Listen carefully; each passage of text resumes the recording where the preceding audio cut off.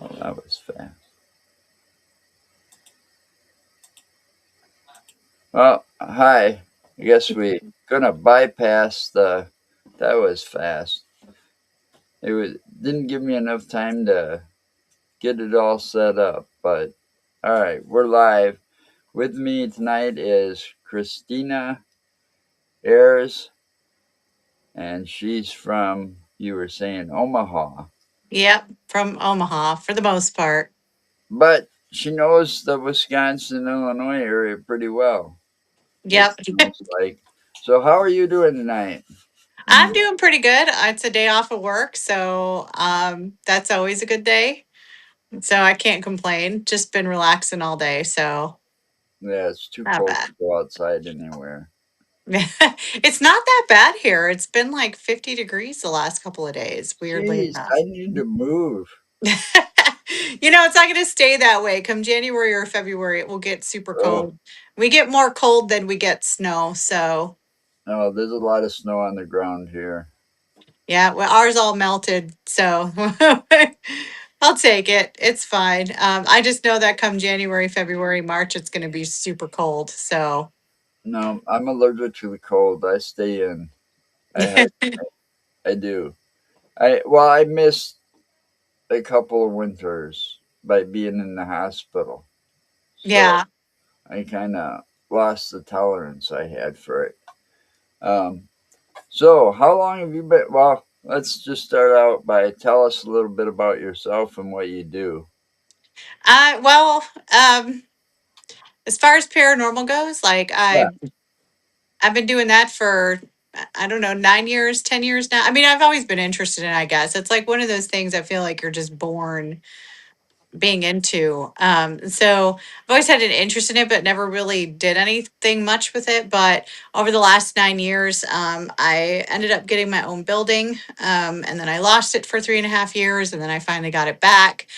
So we're working on reopening that up, which is going to take a lot of time. But most of the time, I mean, I've spent the last now, I think, 5 years. I acquired the name Paragypsy because I pretty much sold everything I owned and I was living on the road. I was doing events all over the country and just, I guess, exploring and things. I was a widow at a very young age with kids. And so I raised them all. And then I was like, okay, everybody out. I'm selling the house. I want to go live a life for a little while. And so that's kind of what I've been doing. And it's been a lot of fun. It's been a great adventure. I've been grounded now for the last just over a year. I've kind of been back home and whatever, but I'm still traveling as much as I can and going to conventions and haunted locations and just all the naturey things, kayaking and hiking and all that stuff. So I'm just always doing something and just trying to enjoy life as much as I can. So that's really about it. Life's too short not to enjoy it. Hmm. So the building, it's called the Stephenson Building The Stevenson, or yes. Stevenson Building. Well, you can say it either way, I guess. So where's that located, and what's the So story it's behind it? it is in Wymore, Nebraska. And the craziest thing is one of the things that I do like adventure wise, I guess you could say, is that I enjoy urban exploration. So just finding abandoned buildings and exploring and looking for ghost towns and just all that. So, like I love doing that. It's probably one of my absolute favorite things to do in the world. And so many years ago, I guess now it would have been 5 years ago, 6 years ago. Um, I I was doing that, and then a friend of mine was like, why are you doing that alone? Like, you shouldn't be doing it by yourself, blah, blah, blah, and whatever. And so I was like, okay, fine. So I went on Facebook and made a status. I was like, hey, I need someone to go, abandoned house hunting with, preferably a guy for safety reasons, just to appease this friend. And a friend of mine, well, he wasn't a friend of mine at the time, but this guy reached out to me. His name is Keith. And he starts sending me all these pictures of abandoned buildings. And I was like, oh my gosh, where is this? And he tells me. And so I was like, you know what? I'm just going to go by myself anyway. Like, I don't really care what anybody says. So I drive all the way out to this little town called Wymore, Nebraska, and I can't find any of these buildings. And so I messaged this Keith guy and I was like, oh, hey, where are all these buildings? And he was like, you're here? And I was like, what do you mean I'm here? You're here? He goes, I live here. So I went over to his house and got in his truck and we went and he showed me all of these abandoned places. And I don't recommend getting in cars with strangers, just No, FYI. don't do Um, that. but Great. he's been a good friend of mine ever since, oddly enough. Um, and so I started learning about the history of the town and the people, and I got more involved. And then I wanted to make a film and I wanted a headquarters. And then this guy offered me the Stevenson building. And jokingly, I was like, well, I don't want it if it's not haunted. So he gave me access to the building for 2 months before I agreed to buy it. And the stuff that I experienced in that building, I was like, I can't believe like this is so crazy. So then I started doing research on it. So some of the things that have happened there is things will move on their own. Things have gotten thrown. I've had things thrown at me. I've had mannequins thrown from the display window. You'll hear walking around. You hear people talking on the stairs. So this building was built in 1881 by Sam Wymore, who founded Wymore, Nebraska. And then George Stevenson picked it up in 1901. And the reason he ended up with the building is because Sam Wymore wasn't doing so good health wise. And so he was like, for his health, he went to Nevada. Is it Nevada or Arizona? I can't remember. I just looked up, but one of those.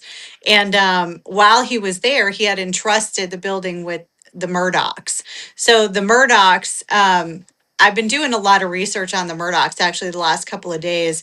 And Charles Murdoch, who Wymore entrusted with the building, was just kind of a jerk. Like everything I read about him, he's just kind of an arrogant prick. Like you imagine like, your cowboy, bad cowboy who's trying to pretend like he's a good guy, but really he's just a jerk.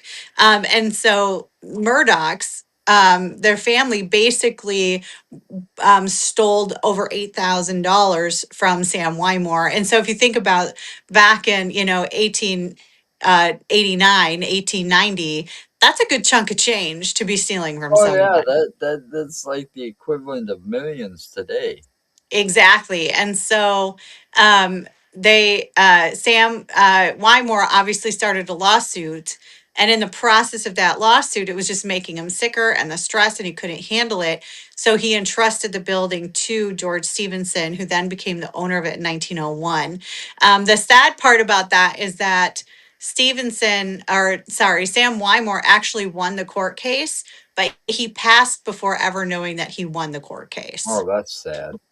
Yeah. So, and I found all like the actual court documents and stuff from that just yesterday. So I thought that was kind of cool. Like I'm finding this piece of history. Well, as time went on, it turns out that George Stevenson, when he took it over, he is now, as the years go by, he's now involved with the mob. And this lady named Nellie Beer was sent from Chicago to marry George Stevenson.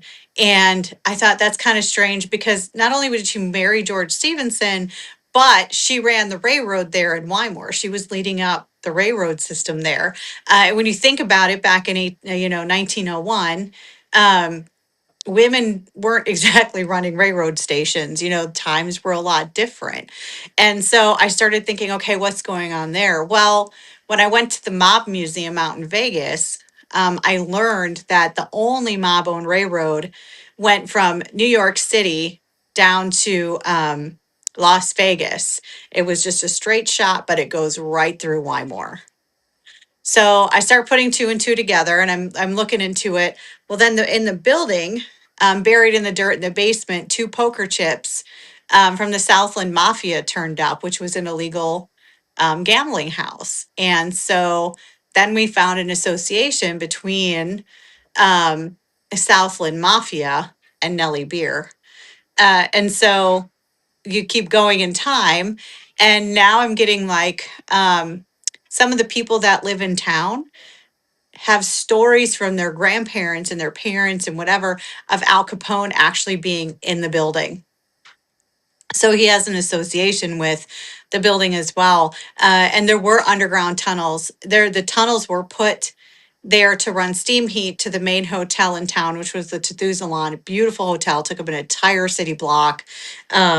And once they didn't do the steam heat anymore, the tunnels were open. And so people were using those tunnels to run liquor for Al Capone. They were using them for, to get back and forth, for gambling illegally and for ladies of the night and all these crazy things. Eventually, the KKK used them, the Oddfellows used them. But they were using them initially because the crime on the streets was so bad that they were using them for safe passage. Well, then the crime in the tunnels got so bad, they created another set of tunnels with a private police force that then tried to police those tunnels. And then eventually they were all filled in because there were so many that the streets were starting to cave. Yeah. So to now they're all, they are all sealed in. But there were four entrances to those tunnels in the basement of the Stevenson building. And George Stevenson, the building itself became like the financial hub of the city. So if you needed anything, if you needed a loan, if you needed real estate, it didn't matter what it did, the banks, everything, if it had to do with money, you went through George Stevenson. So over time, you can see how that would like really kind of, that's where all the crime is. You want the crime, you follow the money. There's 7 confirmed deaths that happened in the building, 5 of which were 5 men that were actually lynched out front of the building. We do have some actual video evidence that that happened. So that is actually provable by video. Wow. I don't really show it, but we do have it. But yeah, Portals to Hell saw it. Obviously, they didn't talk about it and they didn't put it on the episode or whatever. But it's more or less I use it to verify. Like if people want to know that it happened, I can verify it. But the building itself is just crazy. The things that have happened in there. Just hearing. Um, we've done investigations where we're sitting upstairs and you hear what sounds like children running up and down the hallway, and you'll go out there, there's nobody there. I've had it happen with entire groups in there, and we'll all go looking through the building and somebody will go outside to see if maybe kids came in or whatever. And usually there's an officer sitting out there kind of keeping an eye on things outside, and he's like, there's been nobody here. So it's just, it's phenomenal, the stuff that has happened in that building. So, You know that part, that tunnels underneath the buildings, that's mhm, a pretty common thing.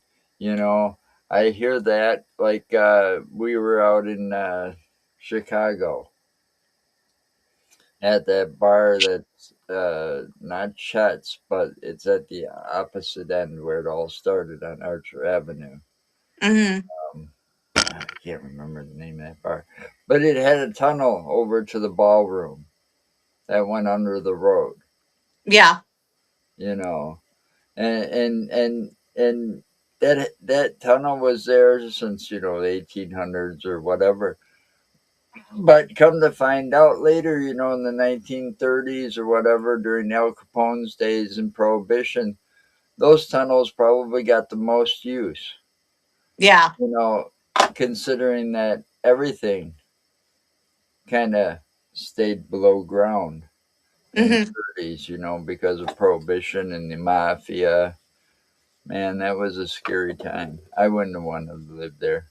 Yeah, I know, right? What the thing is the tunnels, it's not like the tunnels were just put there for this purpose. Like the tunnels were there and then just got utilized. Most of the places that have the tunnels, they were there for steam heat. And especially Chicago, like for anybody who's ever been there, like Wacker Drive is like a main highway that runs underneath the city. They do that for, I'm sure, a lot of different reasons, maintaining traffic, things like that, whatever. But there's still tunnels all over. I mean, plus you have sewage tunnels. There's so much underneath our feet as it is, so It's scary to think that about that because that big mob city that was owned, Las Vegas. Everybody knows it, hears about it. mhm, there is quite the tunnel system below Las Vegas, and there's people living there. Yeah. I watched a few documentaries on those tunnels. Yeah. It's like, man, I think that would be scarier than what's going on above ground.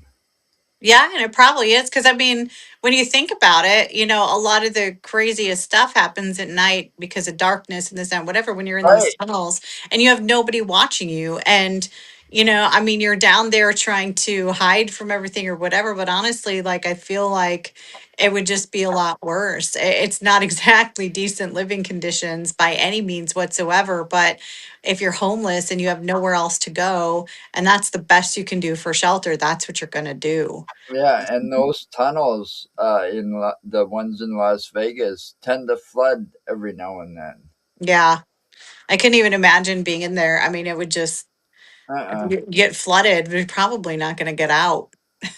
I mean, this world's crazy above ground, but to think somebody's like living below ground because they're like, you know, lost their job, whatever, can't get a job, and they're on hardships, or just because they want to defect from society, they Yeah. want nothing to do with the social norm. That's just a scary place in and of itself. Just to Yeah. think about it. Man, I wouldn't want to go anywhere near tunnels. You know what? I would agree with you. I'll tell you what though, I wish that there were some tunnels still open in Wymore because I can't even imagine like the artifacts that I would find Oh down yeah, there. And that yeah. would just be fantastic. There's actually a garage in Wymore, and I tried to get possession of it, but the guy who owns it just uses it for storage, and it's really sad that he does because the garage was actually used by Capone when he would come into town, and so there's a lift in it, and so he could just pull into the garage, and it would lift his car up into the ceiling. Oh So when he wow. was there, it would just look like there was no vehicle, and he basically hiding in plain sight, and Well, I'm like, oh, that's how that's great is that? that was the way to do it though, and Capone was a smart man on that aspect. If you're gonna Hmm. hide in plain sight. It's not like back in his time where they had cameras on every street corner, Yeah. like we do now. He could easily hide in plain sight. Yep. Well, and I also learned because I worked at Hotel Josephine for a little while, and they had a basically in the basement where you could pull a vehicle in to unload the vehicle. I don't know, like I guess like some of the first like valet service where they get your luggage out of your car and this and that, whatever. And so they had a turntable. I don't know, it was buried. So we weren't sure if all the mechanisms were still there or not, but basically they would pull the car in, everybody would go out and load it, but cars didn't have reverse. So the turntable would then turn the car around inside the garage so that they could drive out. And I'm like, that's so cool. Like, things you don't think of that ever existed. It Yeah, is so awesome. it's like that kind of thing is like space age, something you wouldn't think, yeah, Mhm. existed because it was advanced for its time. But some of those mafia people were smart on hiding themselves and doing things the easy way. Yeah. You know, but there's still a lot to do. You Yeah. know, for me, that is, because I've got many interests, not just the paranormal. I've got this tied to Italian history, Yeah. which includes My kids are all mafia. half Sicilian, so So you know, you got a name and you grew up where I grew up. Yeah, you're going to be interested in it. hmm. I mean, I grew up with all the elders, and the elders would be like my grandparents and your great uncles and stuff. You know, when there was a big family get together, there was a lot of food, the kitchen smelled good, and there was a lot of talking in Italian. Yeah. Yeah, You I know, remember that from the days of raising my kids for sure. going to their side of the family and things like that. So they But still talk a lot. They talk over each other, and they're like, my son just turned 29 today, and so you can imagine they're all in their 20s, and every time we eat, they're all. I just shut them off because I'm like, you're all talking at the same time. I'm pretty sure that's an Italian thing. you should be stuffing your mouth, not talking. But I wish. it's I one so of two wish. things, it's stuff in the mouth and talking, because that's what family dinner is about, Yeah,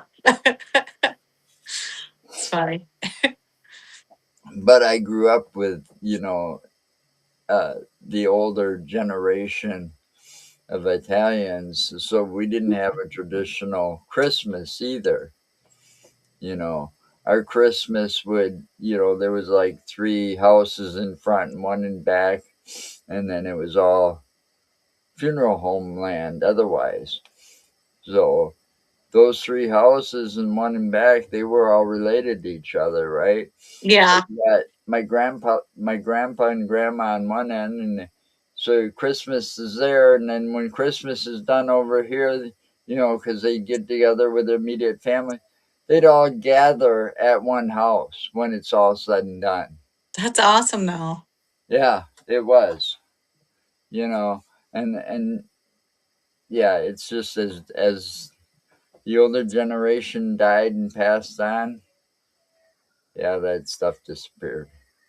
Yeah, I do the best I can with my kids. I mean, it's been their dad passed away 21 Yeah, years ago, and so it's been that long. But the kids and I try to, still continue on. Like, we're small, but you know what? It's the beginning. They'll grow. I have a grandson now, so um, like I'm learning to enjoy Christmas with them. It's instead of me doing all the work, they actually cook and clean now. So I'm starting to enjoy that. yeah. So Yeah, it's nice having grandkids. I know that. I've got enough of them. yeah, well, my daughter was like, I know you just come over here for him. And I said, well, I like him more.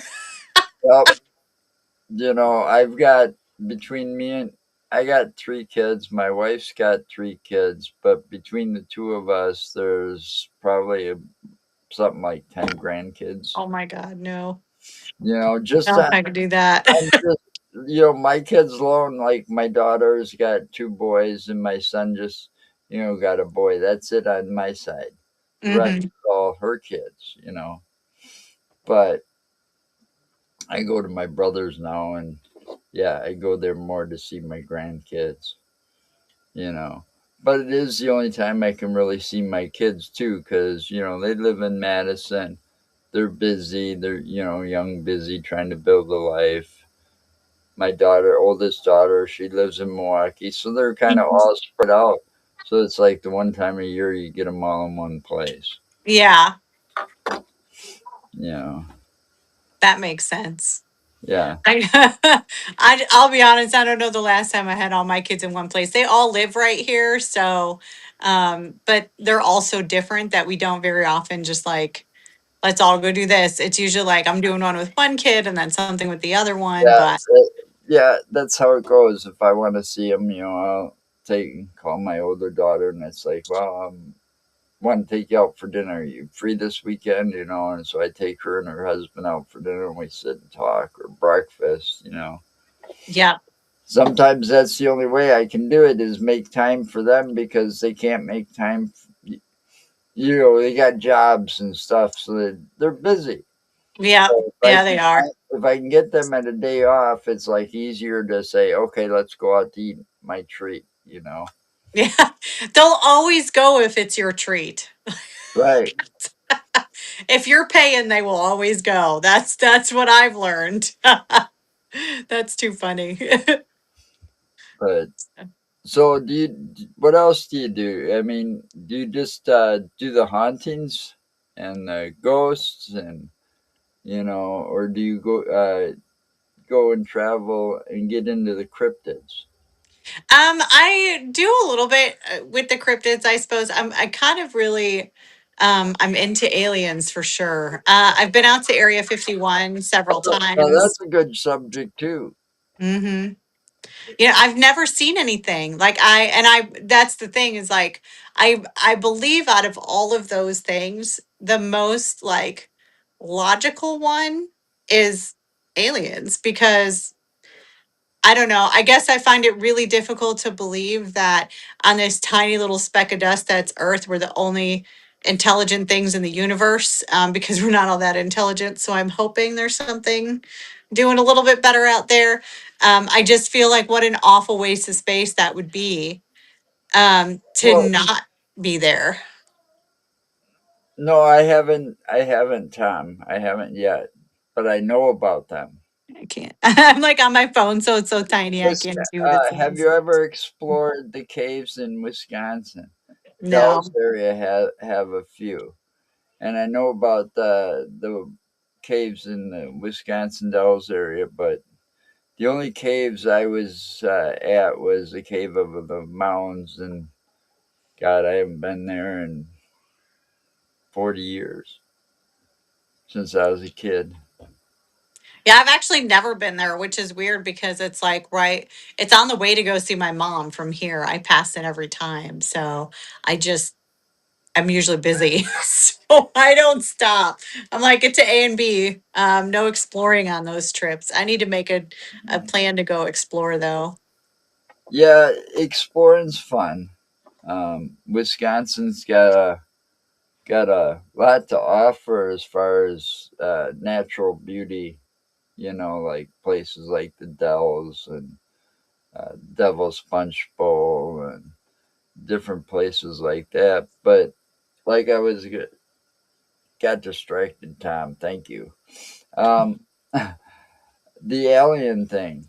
Like you said, we man has got to be a bit ignorant to think that we're the only intelligent life form in you know the tiny little speck of the universe as we Mhm. call it, and the universe, and then you got what's outside the universe, and all these different planets. You can't tell me not one of them has life forms.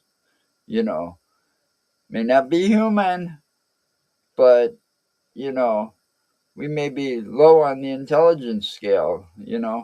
Yeah. I got a theory. The reason that we haven't been invaded yet is because we don't pose a threat. Right now. Yeah. Well, I also think too, like if we're going to talk about, more intelligent life forms and things like that, I feel like the more intelligent you become, the less violent you become. Right.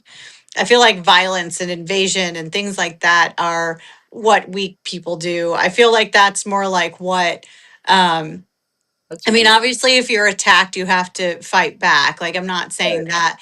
But I feel like as you grow more maturely, like mentally and emotionally and intelligently, I think you realize there's better ways of resolving issues, like why attack somebody? You don't need to attack somebody if you already have everything you need, And so if you're of higher intelligence, your mind is going to, find alternative ways other than attack and steal or, there's no reason for I mean, what do we have that somebody of a higher intelligence needs I to think take from us? I don't Oh. think we have to worry about any kind of alien invasion because, like you said, the higher the intelligence, the less less aggressive you are.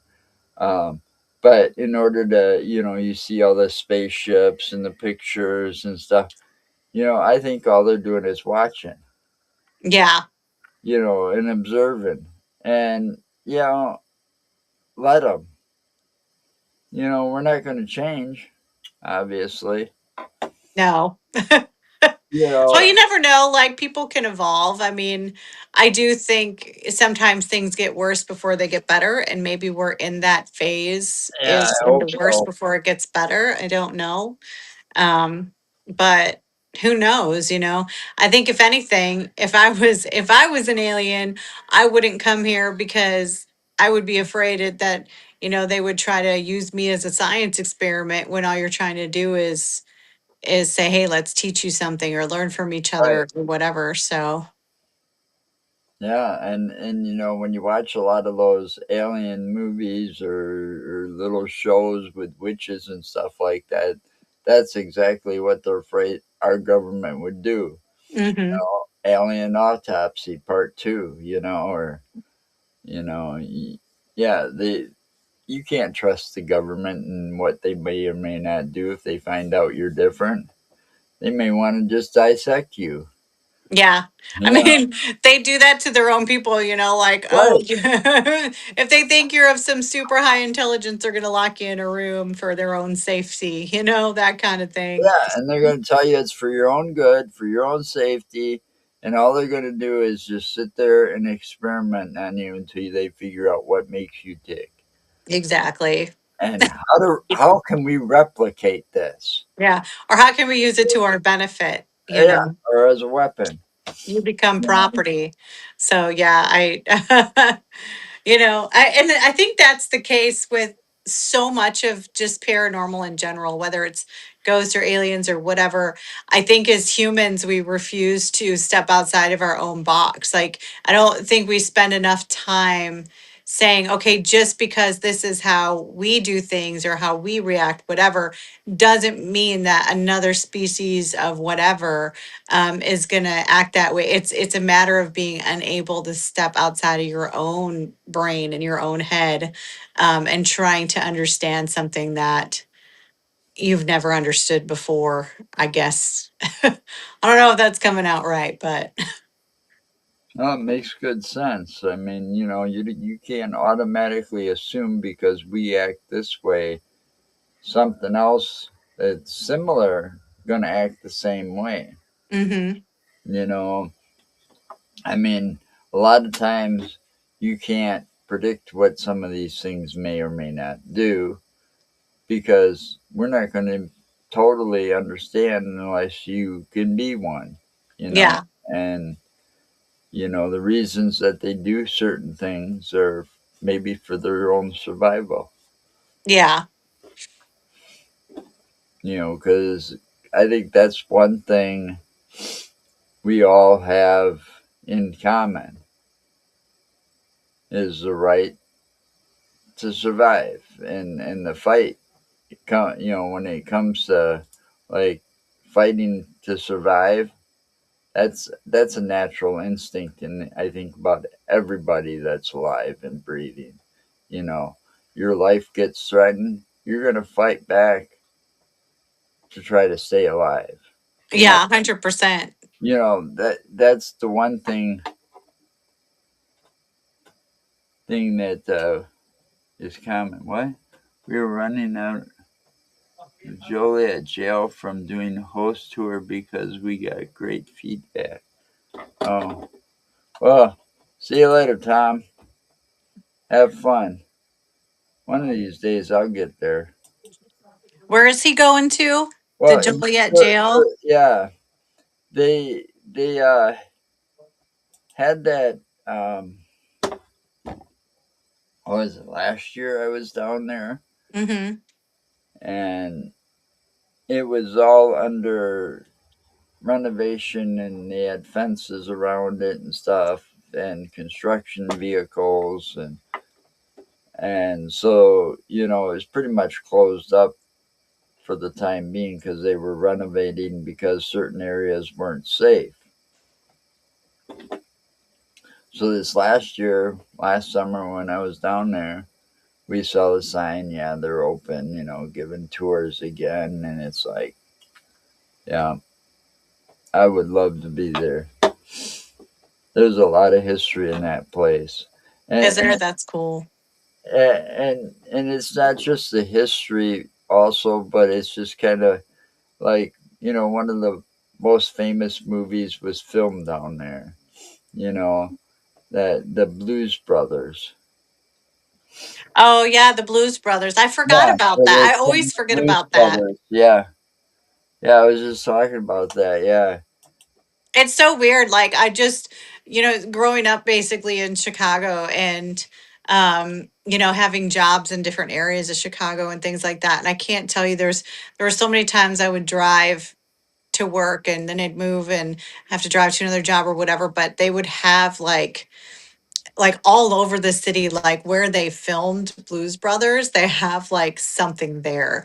It's such a big thing there, the statues and the just everything they have out there. I've always loved There's that part. And there's a gas station along Route 66 somewheres. I think it's Route 66. Anyway, that's got the Bluesmobile hanging on, it's like mounted on top of a pole. I was there and took pictures of it. I feel like I've seen that myself too. I've gone to like places like that just to take pictures because a film was, filmed down there, and I got to take pictures of that. So it's like, Hmm. yep. I even went to Aurora to the sign that says "Welcome to Aurora, Illinois." Hmm. To take my picture down there with my Wayne's World hat. That's awesome. I love it. I took the kids to they went to for the Vans Warp Tour. I forget what it's, is it the Warp Tour still? Yeah. And it was in oh no, I forget the name of the town. It's the Wayne's World town. Aurora. It wasn't in Aurora, it's a different town. Or maybe we were driving through Aurora. It might have been. And then we were so they we were blaring Wayne's World out the window, and like just they just had a blast. Like it was just something we did. But um yeah, it's Bohemian Rhapsody. Like my brain Yeah. is not thinking right. But Well, we were that's blaring that's Bohemian one. Rhapsody. Yeah, that's one. Yeah, that's the one they were jamming in the car down Mhm. the. It Yeah. was Aurora. I'm trying to remember the town of where the Warp Tour was, though. I know they would remember, but that was so much fun. And I'm like, you're raising them right when you're going to a metal concert and you're singing Bohemian Rhapsody out the window in Aurora. Yeah. Fun I times. mean, I I I have been having so much fun since, and it doesn't always have to be the paranormal because there are a lot of cool locations close by. Hmm. You know. Yeah. No, I love traveling. I've done some of the most amazing things over the last like 5 years. I have a friend, well, she lives in Florida. And so I was actually spending my winters in Florida for a little while. And unfortunately, these last 2 winters, I haven't been able to do it. But we call her nature mom because that's just what she is. But one morning she was just like, "Hey, like get up, be ready to go at 5:30 in the morning." And I'm just like, "Where are we going at 5:30 in the morning?" And before I know it, I was swimming with manatees. It's Oh such a wow. fantastic, yeah. Just you take a little pontoon boat and you go out to this bay area because come the winter they kind of go up to like the spring heads where the water's warmer, and they just kind of hang out there. And so I have all these like underwater videos of swimming with manatees. And um, that was probably one of the more fun things. They also have if no one's ever heard of this, it's called bioluminescence. And it is just incredible. So August is peak season for it, but in the brackish water where like the salt water and the clear water meet, you have all of these organisms that they basically glow blue, and it's a form of protection for them. And so, and there's jellyfish, and there's something I can't remember the name of it, but there's just all these organisms that when you touch them, it's like blue lightning that goes through their bodies. Well, And so when you run your hand through the water, it just lights up blue. And so we'll go out there and kayak, and if you just stop and you just sit there and let the water be still, if you look down, you can see like glowing dolphins and starfish or stingray and just all these crazy like jellyfish and just swimming in the ocean, and no, they're no, just thank you. blue. Not for me. I'm never getting that close to the ocean. You know, I keep telling people, I says it'll be my luck. I'll get that close, and the next thing you know, Megalodon's going to come out of the depths. Yeah. You never know. Anything's possible. It's Yeah. it's amazing though. Like I Probably one of the most amazing experiences of my life is bioluminescent. So, and I see you put down there Bachelor's Grove. Yep, definitely. Bachelor's Grove has one of the most, I think, famous ghost photos ever taken.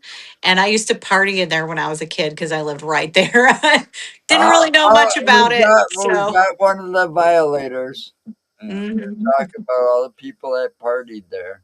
Yeah, I And was like 14 and there was a cemetery. And come on, like 14-year-olds well, want to spook themselves out. the So, thing is, I mean, if you don't understand Bachelor's Grove Cemetery, it's like you got to park here, cross the street, walk down this trail for like about a half a mile or more before you even get to the cemetery. So it's like in the middle of like nowhere. You feel like you're in the middle of nowhere.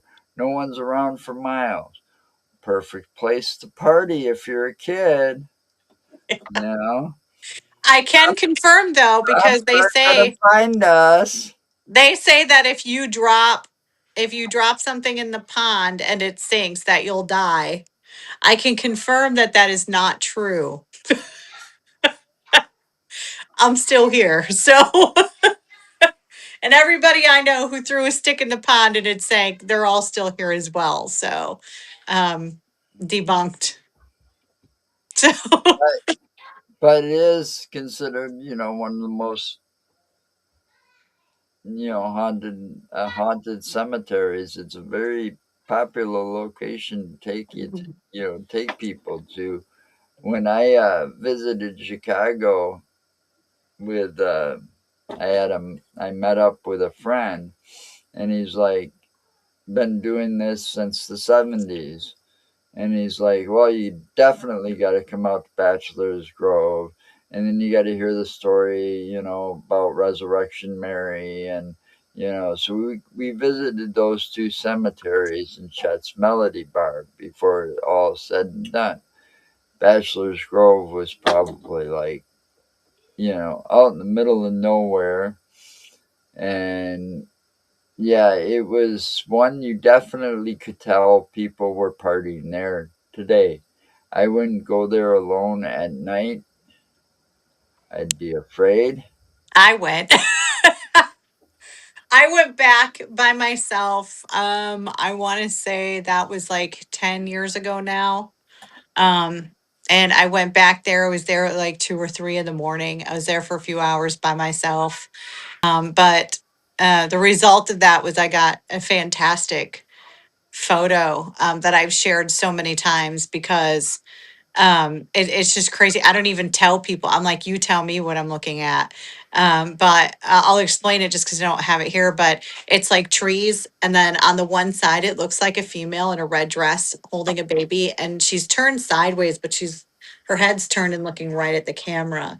But then when you start looking at it, you start seeing faces, just everywhere. Like there's just so many. And I don't, it's so hard to like, people will say it's pareidoia or whatever, and I'm sure like a lot of it is, but the female in the red dress is the one that's so hard to like Well, explain away. You just can't. I think a lot of that has to do with the kids not respecting the land, you Mhm. know, because once you're laid to rest in a place and people are disturbing that by removing the headstones or doing a little satanic ritual, and you can tell that some of those headstones have been had fires start at, so it's just sad that that has to happen, but that activity has also got to do with some of the increase in the sightings there, Mhm. because people are disrespecting the land by going there and partying on somebody's grave, Yeah. or doing satanic rituals. Some of those kids may or may not do it. Maybe they were burning fire just to keep warm or whatever while they were out there drinking. Who knows? But Yeah. You don't do that. You don't disrespect the dead by, we're going to take the headstone, we're going to turn it on its side, and we're going to build a fire on it. I don't think so. Yeah. Well, and we never did that as a kid. I mean, I don't even think, I But think a there, lot of times we just walk past the cemetery and go out into the woods further because but there's the signs of people that. knew that that's where where people were, kids were going out there to drink. So you'd have to go further in to the woods to not get caught. But there Plain and there simple. was a lot of signs of people doing just that stuff. Hmm. And you There, can't you can't tell if the fires were for warmth or for a satanic ritual because I wasn't there to see. But you can obviously tell, from an investigative point of view, something was burned on those headstones. yeah. Well, and the last time I was there, like, I mean, they definitely patrol it a lot more. I ended up getting a trespassing ticket, so it was worth it. But yeah, again, I don't condone trespassing. No. But they crack down on it a lot more. And I was there, obviously, doing innocent things. 10 years ago, I wasn't. I was like in my mid 30s. I'm not out there destroying things. And obviously, I had paranormal in mind. So I wasn't out there disrespecting anything, and I never would either. I didn't even realize at that time when I went there 10 years ago that it was because they didn't care before. Um, if you were old enough and you were just out there at night, checking out the cemetery, it wasn't a big deal. But over time, and I think especially because then Ghost Adventures went out there, that just ramped up people going out there and doing things they shouldn't do and getting into trouble. So security now is pretty tight, which is good.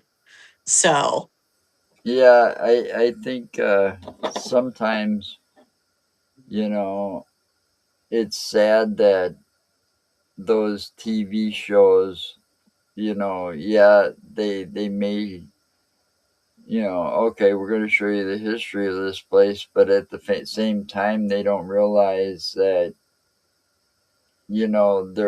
their show being at a certain location can actually disrupt everything that's been going on there, the research, uh, you know, maybe we're going to close it down or put no trespassing because all these kids are coming there after the show and they're destroying the property, putting up graffiti, whatever. You know, mhm. I think it's sad that they put a lot of this on TV and they kind of at the same time kind of condone, oh, go check this out, like on that one show, America's Most Haunted. Hey, if you're in the area, go check it out. Yeah. I think them bringing too much attention to some of these places at the same time ruins them. Yeah, well, and I will tell you that I've gotten a lot of backlash from people because of the urban exploration. There's a lot of places that I have explored.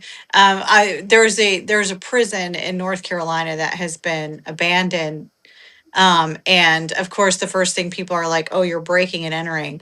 But I'm just going to put it out there. Like, I actually just have, when it comes to stuff like that, I just get lucky. That abandoned prison, they keep it, they have video cameras, whatever. You aren't supposed to go on the property.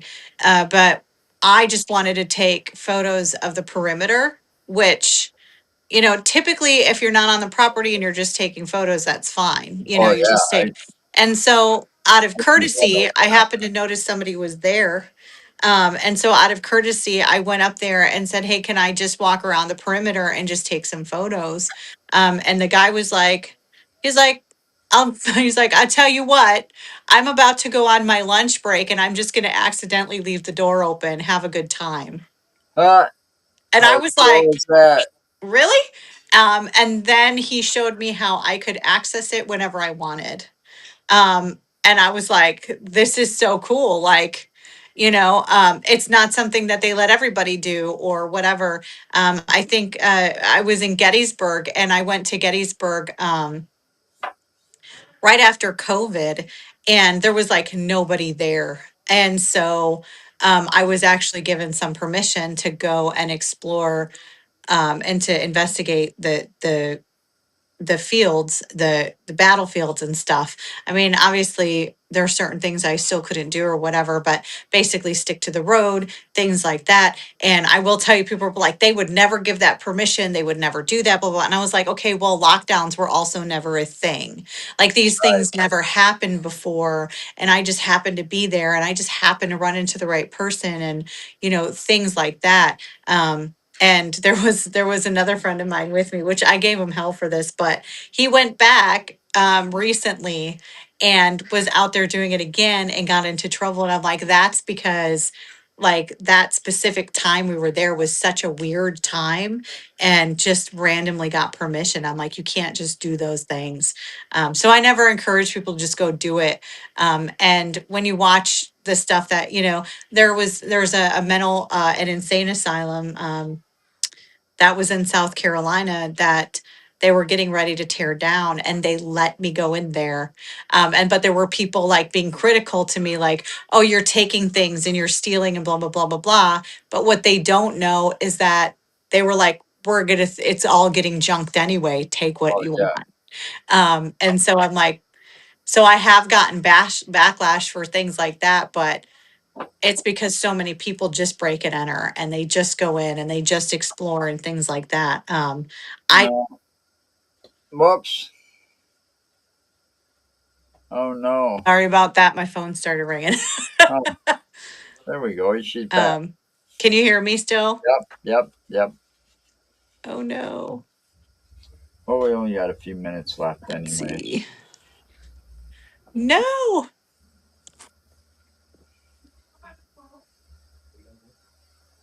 I could not. Uh oh. Okay, we'll give her a couple minutes.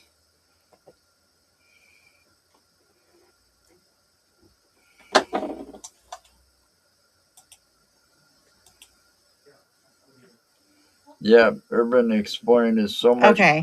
but Am I again, back? yes,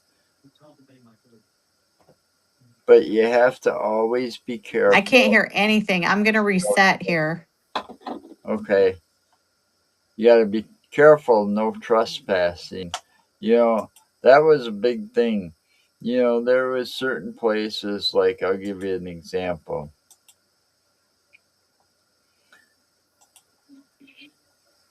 There Hear we me go. now?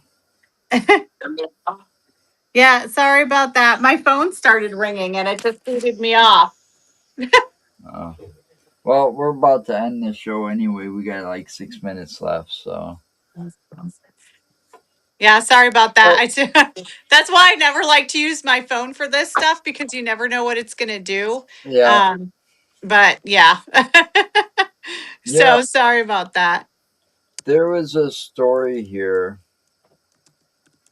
This story would make me, and I got talked out of it. This has all got to do with trespassing and laws, because in some cases, I think in this case I wouldn't be hurting anybody, and it's outdoors and everything. Why not? They got one little sign, but there's a story about an Indian princess. There's a burial mound. It's marked with an uh, little monument and all this. But the whole story behind the whole thing is her remains. They excavated the area. Her remains got dug up, and they had found like three or four belts made out of shells and stuff.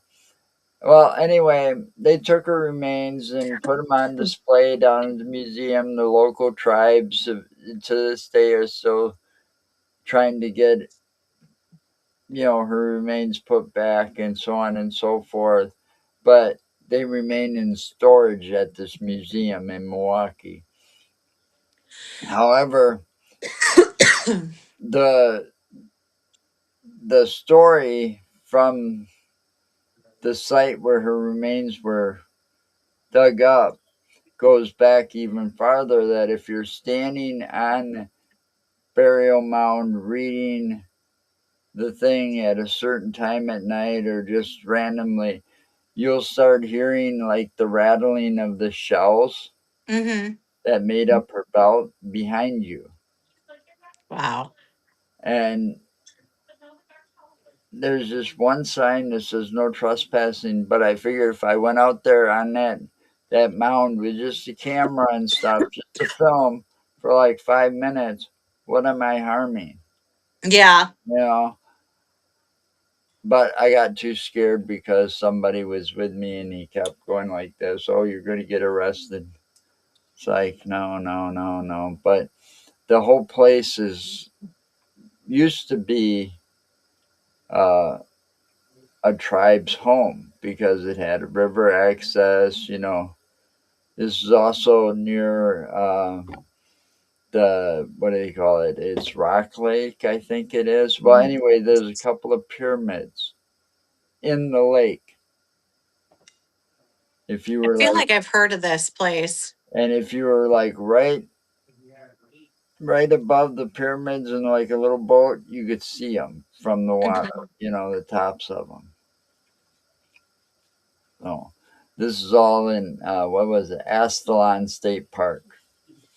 I want to go check that place out because I feel like I've heard about it. So, um, Well, the first time we went there, and I had my EMF thing, you know, all the equipment you would have, you know, even my cameras were brand new, you know, and brand new cards, brand new batteries, everything. We got some great footage of stuff, got it all back, put the cards in the computer, and all the files were corrupt. oh my gosh, Yep. that's crazy. Yep, batteries died, files were corrupt. That was our first trip out there. Wow. We've been out there like 3 times since then. I definitely want to check it out. You know, like the other place that I think I went to that I got really lucky was Sloss Furnace. And they don't allow people really in there at all. They do a big like haunted house type thing where people come in, but I just happened to be in the area and I like went, I was like, "Oh, I'll just go check it out." And the gate was open. So I thought the place was open, so I drove in through the gate and I was like looking for people, couldn't find anybody. And so I took a couple pictures and I was like, okay, I don't know what's going on. But I go back, I'm starting to go back to my car and a security officer stops me and he's like, "What are you doing out here?" And I told him what happened. And he's like, "Oh, yeah, someone must have left the gate open." He's like, "You know what? Go take a lot of pictures, have a good time. Don't climb on anything, don't get hurt." I was like, awesome. Yeah. Okay. You know, you know, it just goes to show though, sometimes if you're nice and you're lucky, you can get into some places. I will tell you, I've had a cop or two in my day, ghost hunt with me. Just and it's always like, "What are you doing out here?" And I'm never doing any, like I've done things I'm not supposed to, but it's never on purpose. Like I don't realize that I'm doing something I shouldn't. We'll just put it that way. And the cops have showed up, and "What are you doing out here?" And I'll tell them, and then just hang out, and I'm like, "This is fantastic!" Like. I'll take it. It's fun. So what's next for you? Really right now, just working on the Stevenson building. I want to get it open. I'm thinking about allowing private investigations come April or May, with the stipulation that I have to be there. If it won't always be like that, but until certain things are dealt with, as far as the building goes and safety reasons, that's kind of the direction I'm heading right now. Um, I've been working on writing my own book. I've got a couple of them going. It's just taking me longer because one of them's about my life and it's a tough one. I've been on a lot of trips. I'm a lot of conventions. Missouri Paracon's coming up, so I'll be there. I'm not vending or anything. I'm just going because my friends are going and it's fun. So um, Well, just things like that. you make connections by going to those places. You don't always need to have a vendor's table or selling your books or whatever. You Yeah, I actually going making new friends. You kind of make connections. You learn more things. I have fun going to conventions. a Yeah, couple of years ago I met Stephen Tango at Scarefest. And I always look forward to seeing them. Tango is one of the sweetest people. Steve is a sweet person. Um, I guess I wouldn't necessarily call them friends, but maybe convention buddies is kind of the thing. But I've really enjoyed being friends with those two and whatever. They're very sweet people. So I have met a lot of people. I've met Cindy Kaza and Schrader and, all of them. That I think some of them just tolerate me, but I'm okay with that. So you meet a lot of good people that way. It's been fun. It's been a great time for sure. I've met a lot of amazing people. Hmm. Going to all the Paracons in Chicago, in the Wisconsin areas that I've gone to. Um, Made some good friends, I think. It, Yeah. I won't stop, not until I have to. You know what? And I'm the same way. Like I'll never quit traveling. I'll never, I honestly like I loved living on the road. I'm hoping to do it again here soon in the future. But it's been I love the adventure that life has given me. So I just want to keep doing it. You got to have fun once in a while. Life's Hmm. too short. All right. Well, that's it, folks. Till next week, my guest will be Chad Lewis. Hopefully, this time it works out. We'll see. Famous Wisconsin author. So, thank you for coming on our show. It's Thank you. fun. And remember, people, stay safe and anything's possible. You guys have a good night. Thank you.